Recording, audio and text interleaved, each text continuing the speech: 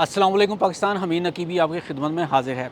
नाजरीन, बचपन में आपने देखा होगा स्कूलों की छतों पर, दरख्तों पर, झाड़ियों पर, खुश्क लकड़ियों पर और आते जाते कई राहों पर बड़ी बड़ी बिल्डिंग्स के ऊपर, बड़े बड़े दरख्तों के ऊपर आपको शहद के छत्ते दिखाई देते थे।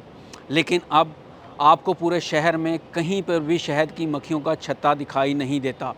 बात यहीं पर ख़त्म नहीं होती, बल्कि अब अगर आप जंगलों में भी चले जाएं या पाकिस्तान के वो इलाके जहाँ पे जंगलात हैं, घने दरख्त हैं, वहाँ पर भी आपको मक्खियों के छत्ते नज़र नहीं आते।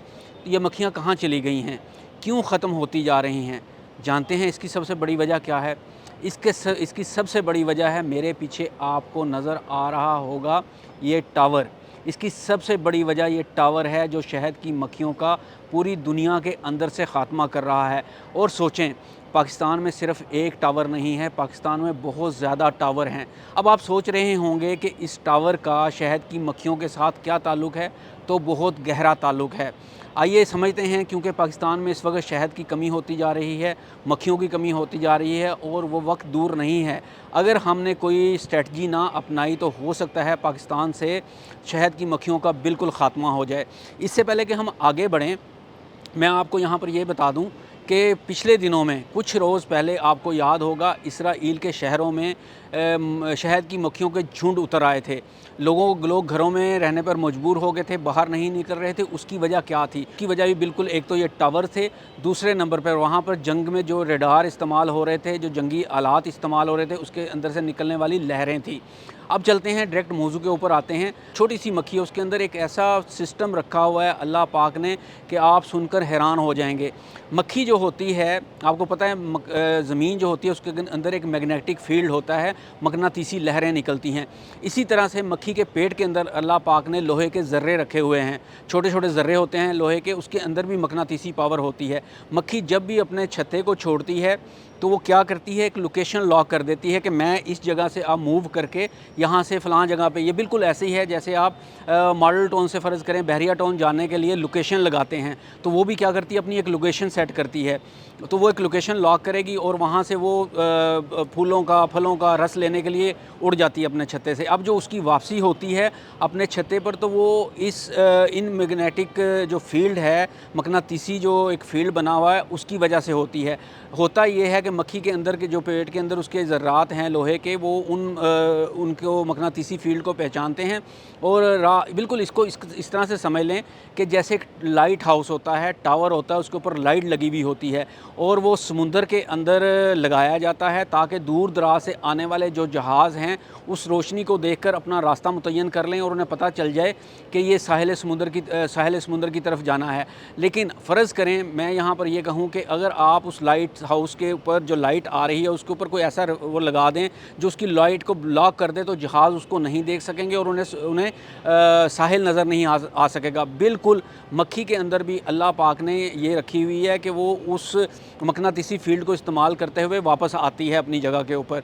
लेकिन ये जो मैंने आपको बताया है कि ये जो टावर्स हैं पाकिस्तान के अंदर, 3G 4G टावर्स, अब 5G भी आ गया है, तो इनके अंदर से जो लहरें हैं, होता क्या है, जब मक्खी वापस आने की कोशिश करती है तो ये लहरें जो हैं उसके मकनातीसी फ़ील्ड को डिस्टर्ब कर देती हैं और उसके अंदर खलल डालती हैं और मक्खी जो होती है वो अपना रास्ता भूल जाती है। वो वहाँ से छत्ते से तो चली गई मक्खी, लेकिन वापस नहीं आ सकेगी मक्खी। वो लहरें उसको डिस्टर्ब करती हैं और वो वहाँ से उड़ के वापस नहीं आ सकेंगी। तो क्या होगा, या तो उसकी मौत वाक़ई हो जाएगी या फिर ये है कि वो कहीं और उड़ जाएंगी और इस तरह से छत्ते जो हैं वो ख़त्म हो रहे हैं। क्योंकि अब शहरों के अंदर सिनेरियो ये है कि बहुत ज़्यादा जो टावर्स हैं, 3G की 4G की लहरें हैं, इस वजह से मक्खियों ने अपने घर यहाँ पे बनाने ख़त्म कर दिए हैं, छत्ते बनाने ख़त्म कर दिए हैं। अब अगर हम बात करें जंगलों की, तो ज़ाहिर है जितने भी पहाड़ी इलाके हैं, जंगलात हैं, वहाँ पर भी इनकी लहरें मौजूद हैं। फिर जंगी सिनेरियो है,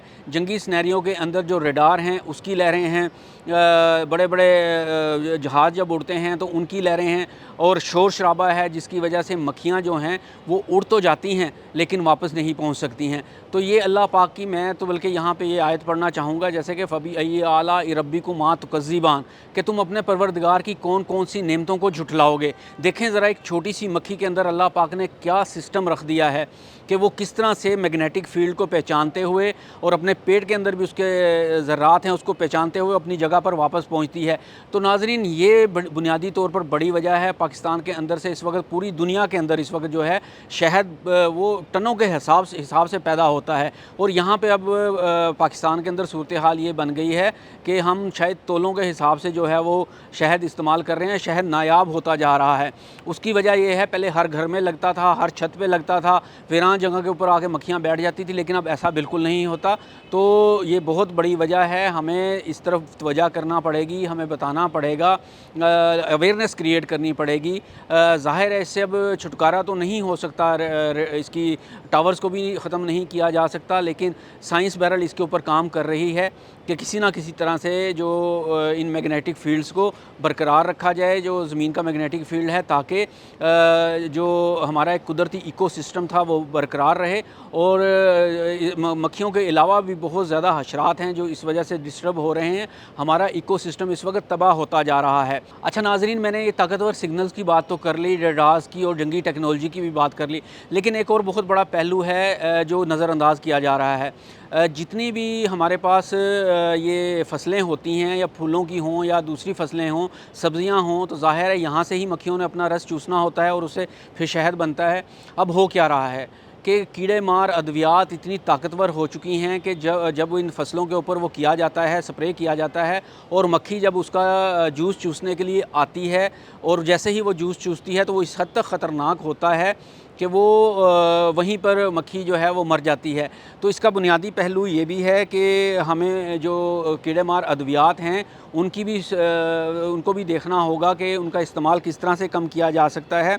और दूसरे नंबर पर पूरी दुनिया के अंदर इस वक्त मोबाइल टावर्स के ऊपर तहकीक शुरू हो चुकी हुई है, और ऐसा काम वो कर रहे हैं कि कोई ऐसी फ्रीक्वेंसी ईजाद कर ली जाए जो इन मक्खियों की मैग्नेटिक फ़ील्ड को डिस्टर्ब ना करे, ताकि मक्खियाँ भी सलामत रहें और रडार की लहरें और जो दूसरे मोबाइल टावर्स की लहरें हैं, फ़ोन की दस्तयाबी जो है वो भी बरकरार रहे। तो इसके ऊपर तहकीक जारी है।